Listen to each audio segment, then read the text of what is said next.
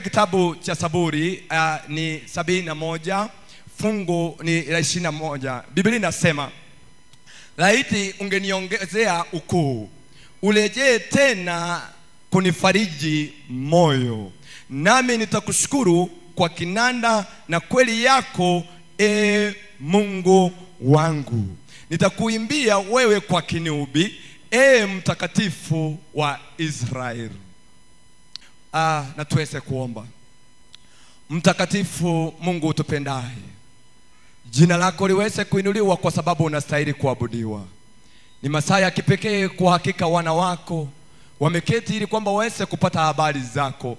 Naomba ninaposimama katika watoto wako, unishushe nisije nikaonekana, bali uwepo wako uweze kuonekana. Sauti yangu iweze kupotee ili kwamba sauti yako iweze kusikika. Uniongoze mpaka mwisho, na hilo ndio ombi letu kupitia jina la Yesu Kristo aliye haki na mkombozi wangu. Katika Biblia tunapoangalia Daudi, na tunamjua Daudi ni nani. Daudi unapoangalia vile alipokuwa tangu utoto wake, akapatia ufalme ambazo aliweza kuwa mfalme, na anapokuwa mfalme alipitia changamoto mingi sana, kwamba Wanaisraeli wakakosa imani, wakasahau kuna Mungu ambaye ametenda mema kwa kuwatoa Misri. Lakini kuangalia bahari ya Shamu wakasema, by the way, Moses, mbona umetutoa katika Misri? Yani they were walking like the walking corpse. Walitembea wakiwa marehemu, wakasahau kwamba kuna Mungu ametukomboa. Kwamba mwanakwaya, utakapojua kwamba umeitwa na Mwenyezi Mungu kwa sababu amekutendea makubwa, kwamba hata usengenywe uwezi ukatoka katika kwaya. Unapokuwa mshiriki, hata usemesemwe uwezi ukaondoka katika hekalu lake Mwenyezi Mungu. Wanaoondoka ni wale ambao wasiojua kwa nini wamekombolewa. Israeli walipofika katika bahari ya Shamu, walipomgeukia Musa, kwa hakika Musa akazungumza na Mungu na akaweza kupiga fimbo yake ya bahari, wakafuka ngambo ya mto. Unapoingia Exodus chapter 15, utapata kwamba Israeli ikatunga wimbo wa kumsifu Mwenyezi Mungu kwa matendo yake makuu. Wewe unatunga wimbo wa nini? Wimbo ambao unaimbwa na wana wa Israeli ni wa kumpatia Mungu sifa kwa sababu ametenda makuu katika maisha yao. Mbona unaimba siku ya leo? Unaimba kwa sababu hauna kazi ya kufanya, ama unaimba ili kwamba uweze kumsifu Mwenyezi Mungu kwa yale ameweza kutendea? Mbona nyimbo za Kristo mara nyingi zinasahaulika sana? Kuna wimbo umeenda viral sana, na ule wimbo ni wa kidunia, mpaka tunapata washiriki wanaimba kasongo. Wimbo wa kasongo unaenda viral, lakini wimbo wake Mwenyezi Mungu unapotokelezea, hata watu hawataki kusikiliza ujumbe, kwa sababu nyimbo hizi ni za kumsifu Kristo kwa sababu ametufanyia makuu katika maisha yetu. So we are supposed to sing because we have been redeemed, we have been rescued. Ukawa mgonjwa, ukaingia ICU, ukaenda kuchifungua mtoto au kufa, Mungu akakuokoa, akakuweka katika kiwango kingine ili kwamba ukamuimbie. Mara nyingi watu wa Mungu, uimbaji umefanya watu wakakasirikiana kwa sababu ya uimbaji. Wakati utakapojua mbona uweze kuimba pendo lake Mwenyezi Mungu, mbona uweze kuimba nyimbo ambazo zinazompendeza Mungu, ni wakati utakapojua kwamba kuishi kwako siku ya leo ni kwa sababu ya neema. Watu wa rika yako wamekufa, watu ambao mlizaliwa nao wengi uendekao hawako hai, lakini wewe uko hai siku ya leo. Nini ni kubwa ambao umeweza kufanya? Ni jambo gani kubwa umefanya huyu mwenye alipumzika akufanya? The more we live, the more we need to refill the image of God. Kwa hivyo kuishi kwetu siku ya leo ni kuweza kuonyesha utukufu wake Mwenyezi Mungu katika maisha yetu. Look the way we walk nowadays, vile watu wanapotembea, the way we dress, the way we speak. I want to tell you, tumepotoka. Tumeweza kusahau ili kwamba aliyekombolewa hawezi akasengenya mtu katika kwaya. Aliyekombolewa hawezi akamsemea mwenzake, kwa sababu Mungu ametukomboa akatuita watoto wake. Ndio maana kwa miaka 500 Wanaisraeli walikuwa katika nchi ya utumwani. miaka 430 walikuwa katika Misri, miaka 70 wakawa katika Babylon, kwa sababu wakasahau, wakaanza kuabudu miungu ya foreign gods. Lakini bado Mungu anawaambia hivi, the ransomed of the Lord will go back to Jerusalem with songs of joy. Isaiah 35 verses 10.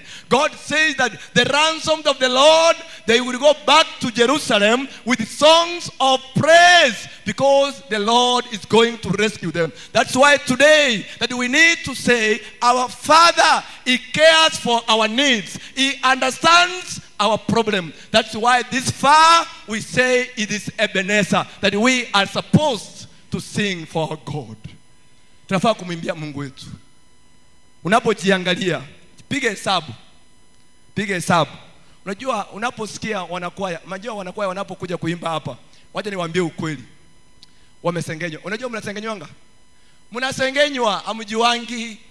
Wanasengenya, wanachunana, wanasema huyu sikiliza watu wa Mungu. We might be in the church, but still we are sinning in God's church.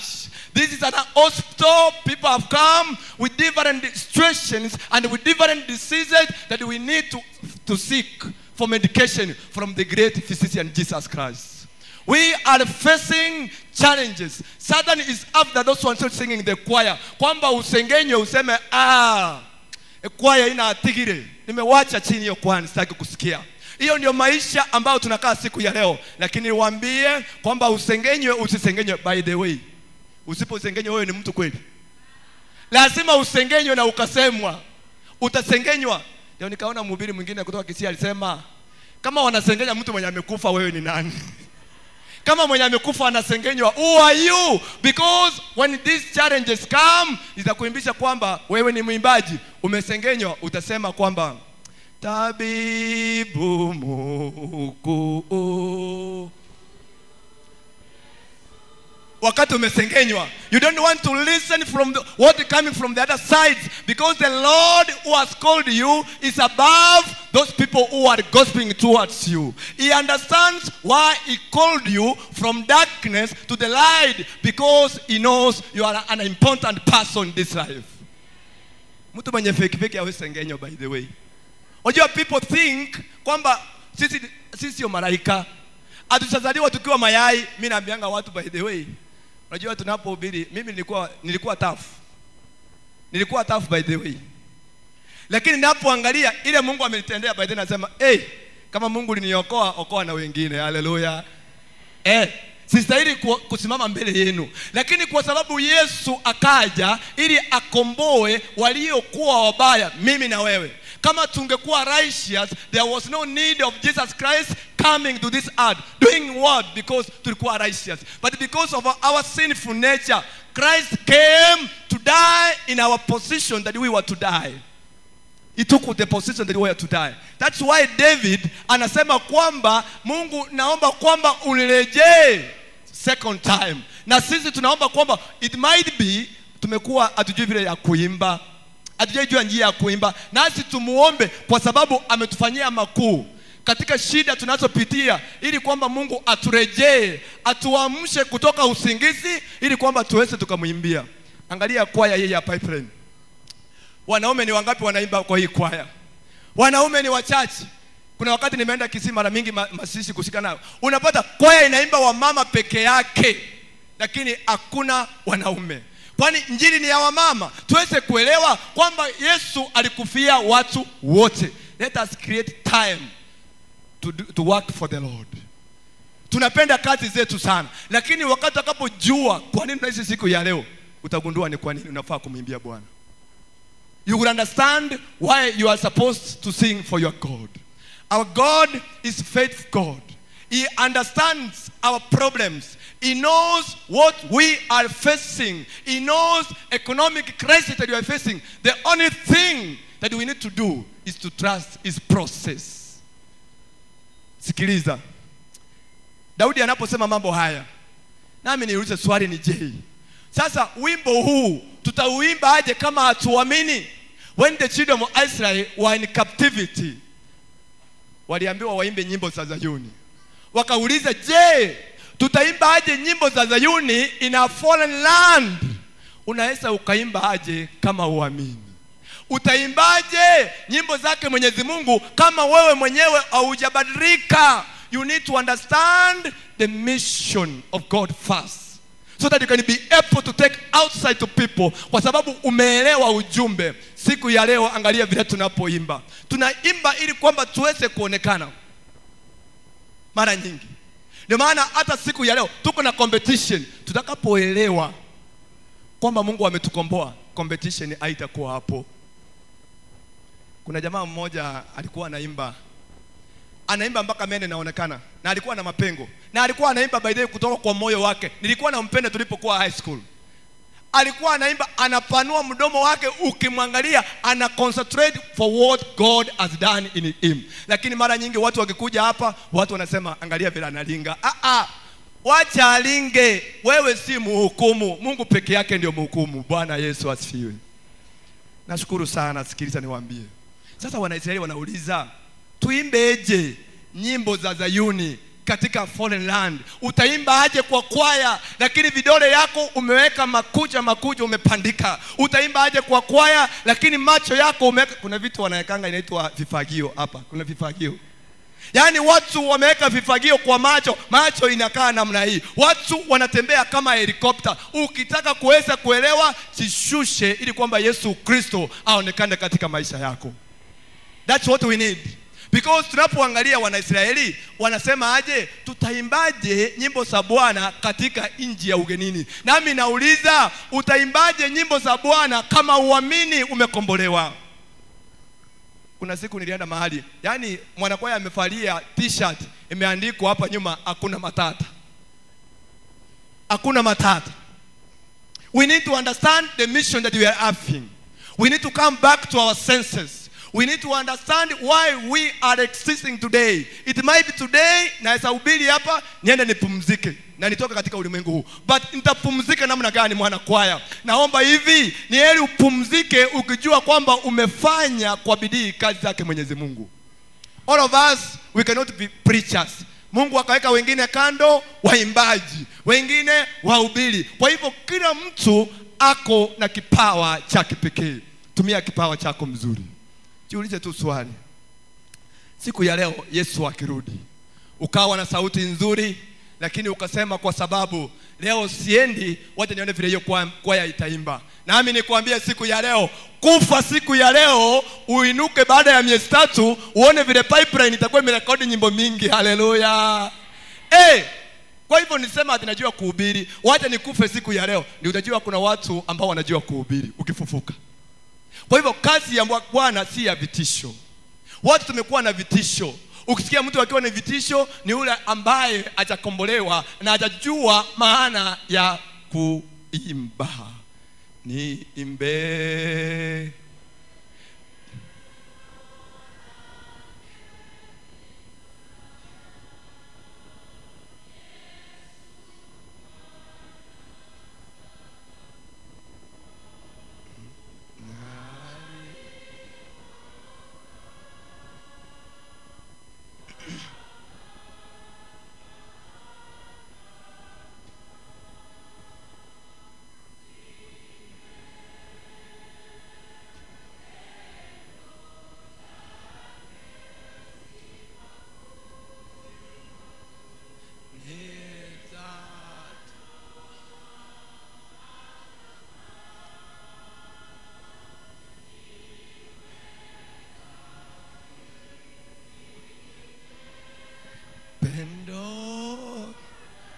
sehemu yangu ya mwisho. Hao ambao wanaoimba ni wale hakika Mungu ameweza kuwakomboa.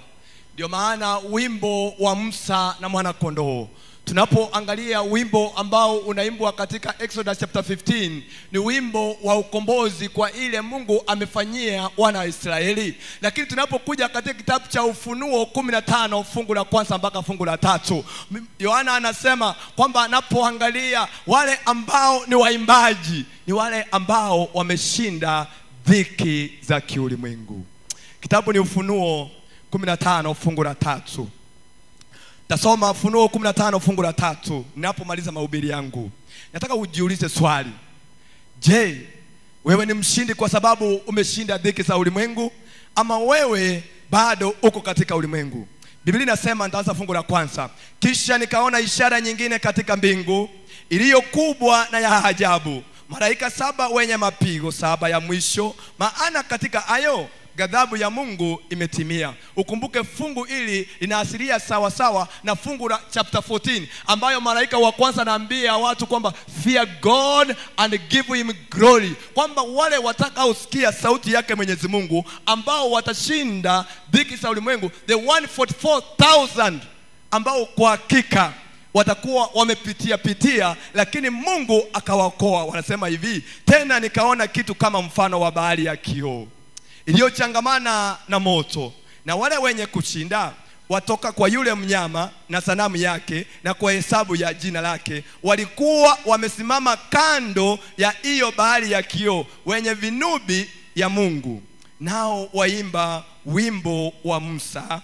mtumwa wa Mungu na wimbo wa mwana kondoo, wakisema, ni makuu na ya ajabu matendo yako, Bwana Mwenyezi, ni haki na za kweli njia zako, mfalme wa mataifa. Hao ni wale ambao wataamini kwamba shetani anatujaribu, kwamba anapotujaribu kwa hakika unapoangalia unasema, hapana, mimi sitakaa na imani yake Yesu Kristo kwa sababu ya changamoto za ulimwengu huu. Nitasimama imara kama mwanakwaya nikijua kwamba Mungu amenikomboa, shetani hana uwezo katika nafasi yangu, kwamba Kristo atakaporudi kwa hakika. Tunapotu maji pole asubuhi ile takatifu, sijui wewe ukifika mbinguni ungetamani kuona nini mbinguni? Mimi ningefika mbinguni ningetamani kuona vile nasakaa na simba ya Dambaka. Nakaa na simba, niona simba inatutishia, unakaa tu na simba. Kwa hivyo mbingu ni ya wale ambao watakaoshinda. Kwa hivyo wimbo wa Musa na mwana kondoo haujaimbwa. Swali ni je, ni nani hawa watakaoimba? Who will be these people who will be singing the song of Moses and the Lamb? You need to ask yourself a question. Will you be the one among the people who are going to sing this song? Utakuwa mmoja wao. Unaposoma passport utasikia kwamba wengine wakaangalia, wengine wanapoimba. Makundi ni mawili. Wewe uko katika kundi gani? Mungu atusaidie tuweze kuelewa katika Ukristo wetu na katika uimbaji wetu. Mungu ametukomboa, tuelewe maana ya kuimba. Wimbo tulioimba nasema, wasioamini wasiimbe. Kama uamini usiimbe, kwa sababu uimbaji ni wa wale ambao wameamini Kristo ametenda mema katika maisha yetu. I wish siku ya leo, naomba wewe ukiona umetosheka kwamba kama utaimba ulimwengu huu, kuimbaji katika ulimwengu huu it is a practice. Uwezi enda kuimba mbinguni kama huu kufanya mazoezi katika ulimwengu huu, kwa sababu mbinguni ni kufanya nini? Ni kuimba. Jioji ujiulize, uwezi kuwa elder wa kanisa lakini na kuimbaji, je, mbona usiimbe? Uende kao utasimama hapo uhubiri, mbona usiimbe? Mbona usijiunge na kwaya hii? Unajua mara nyingi watu wanafikiria kwaya hii inapoteza wakati. Kwaya inapokuja kwa wimbo, wapotezi wakati wapendwa. Ni kwa sababu Mungu amewapatia nafasi kwamba wamfanyie kazi wanapokuwa hai. Siku itakuja watakapopumzika, kama Kristo ajarudi, kwamba majina yatakapoitwa, majina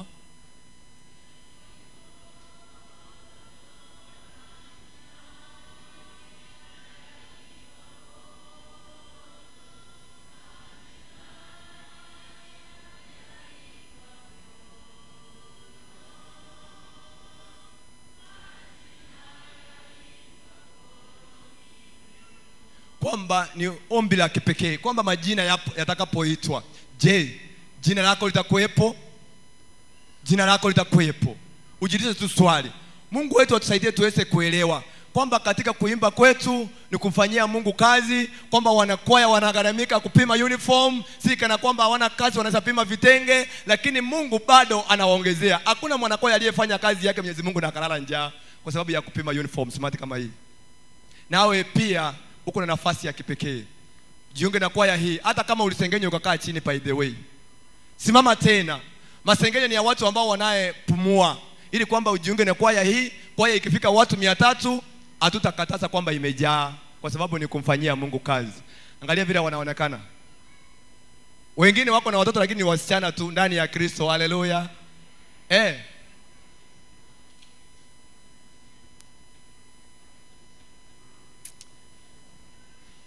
Na mimi kuna wale ambao wangependa kujiunga na kwaya. Mimi nimemaliza mahubiri. Wanapoimba, ukisikia kwamba unataka kujiunga na kwaya hii katika njia ya kipekee, usongee usimama hapa.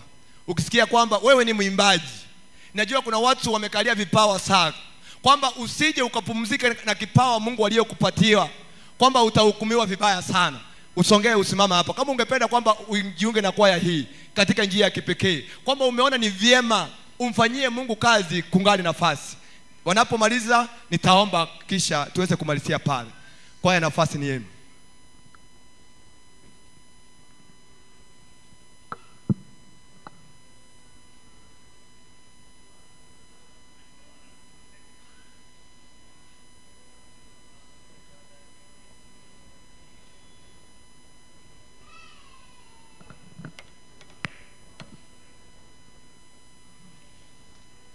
Sijui ni nani anajipanga kwamba akose mbinguni, kwa sababu kuna room yako mbinguni. Alipowaambia hayo yote, alijua wanafunzi wake watapitia dhiki mingi. Ndio maana Mungu akiahidi atatenda. Uende kawa unasumbuliwa na ugonjwa unaokusumbua, uende kawa watu wanakusengenya, uende kawa umetafuta mtoto miaka nenda miaka rudi lakini hujapata, amini Mungu ni mwaminifu na Mungu aweza kuwabariki. Tuweze kuomba. Mtakatifu, mtakatifu, mtakatifu utupendaye, kwa hakika wewe ni Ebeneza. Umbali huu umetuleta, umeweza kutufanyia makuu katika maishani mwetu. Kristo, tunajua wewe ni baba yetu, hatuna bwana mwingine tena. Asante kwa sababu ya kuweza kutukomboa, na katika hali ya kutukomboa nasi tuweze kukuimbia nyimbo ambazo zinazo kutukuza, ili kwamba tunapoimba watoto wako wenye wako giza waweze kuchongea karibu. Kwaya hii ya Pipeline, Kristo unayejua wale wote wanashughulika katika uimbaji, unawajua. Kristo, naomba kwamba uweze kuwabarikia katika njia ya kipekee, wafunike na damu yako ya kipekee. Hali ya zote wako na mahitaji tofauti tofauti, wasije wakakosa kwa sababu ya kuweza kuchagua kukufanyia kazi.